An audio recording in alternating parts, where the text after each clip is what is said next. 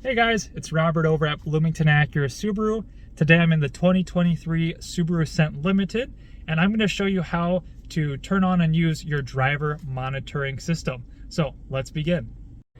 So typically when you first turn on the car, you'll get a little notification saying user not registered or recognized, and you can just click a button to open it or begin it.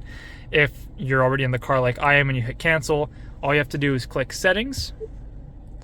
And then up top, typically when you open, it will be under the general. So you're going to click this little arrow, and you're going to go to car, and then right here, driver monitoring system.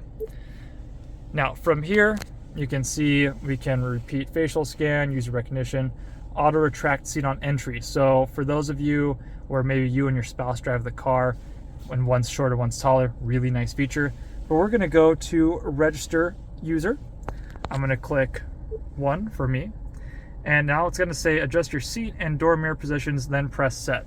So as you saw, if you've seen my other video, to adjust your mirrors, you're going to twist this left and then move it up, down, left, right. Twist to the right, same thing, and then get your seat adjusted. So I'm going to say it's all good. So I'm going to click set. And then now I'm just going to look forward. And now user 1 is registered. Now the really neat thing about this, we'll just say Robert, is because it saves the recognition of the face, you can actually save multiple seat positions to this car instead of having only the 2 memory seat positions here on the side. So you can have 5 memory seat positions in the vehicle here when you register the user. Now, if you don't like the driver monitoring system, you can shut it off if you don't like it.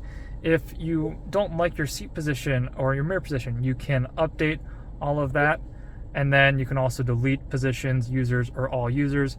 Because this is a sold car, I'm going to go ahead and delete my user profile in here. But that is how you use the driver monitoring system in the new 2023 Subaru Ascent. If you guys like this video, please like, comment, subscribe.